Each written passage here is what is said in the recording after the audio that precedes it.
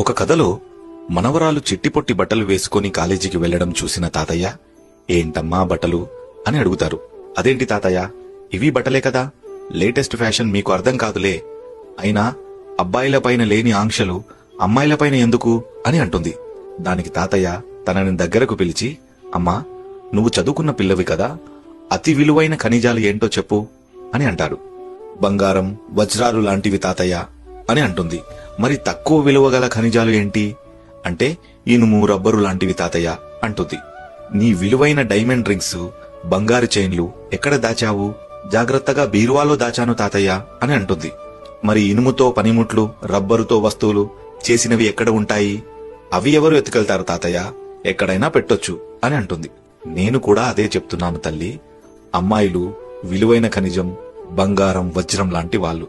వారిని జాగ్రత్తగా భద్రపరుచుకోకపోతే తీరని నష్టం జరుగుతుంది.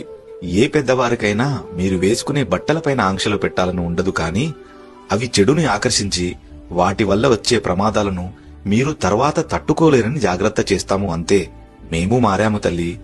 మీరు గుడికి పొట్టి బట్టలు వేసుకోవద్దని గొడవ చేసే మేమే సముద్రానికి వెళ్తే బట్టలు తడవకుండా ఉండాలని కోరుకోము కదమ్మా.